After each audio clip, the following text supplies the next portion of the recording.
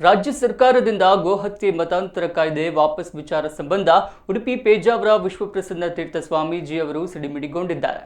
ಮತಾಂತರ ಮತ್ತು ಗೋಹತ್ಯೆ ನಿಷೇಧ ಕಾಯ್ದೆ ಜಾರಿಗೆ ತಂದು ಗೊಂದಲ ನಿವಾರಿಸಿತ್ತು. ಮತಾಂತರದಿಂದ ಹಲವಾರು ಕುಟುಂಬಗಳು ಛಿದ್ರವಾದದ್ದನ್ನು ನಾವು ಕಂಡಿದ್ದೆವು.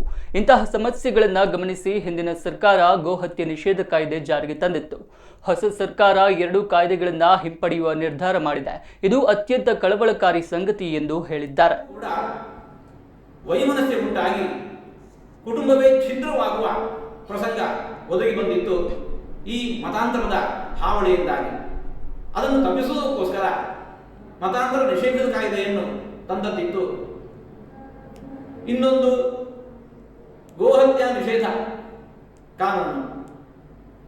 ಒಬ್ಬ ಹೆಣ್ಣುಮಗಳು ಮನೆಯಲ್ಲಿ 4 ಹಸುಗಳನ್ನು ಕಟ್ಟಿಕೊಂಡು ಆ ಹಸುಗಳು ನೀಡುವ ಹಾಲನ್ನು ಮಾರಿ ಬದುಕನ್ನು ಸಾಗಿಸ್ತಾ ಇದ್ದರು.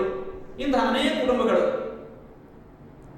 ರಾತ್ರೋರಾತ್ರಿ ಕಳ್ಳಕಾಕರು ಬಂದು ತಲವಾರು ಝಳಪಿಸಿ ಆ ಹಸುಗಳನ್ನು ಕತ್ತೊಯ್ತಾ ಇದ್ದರು.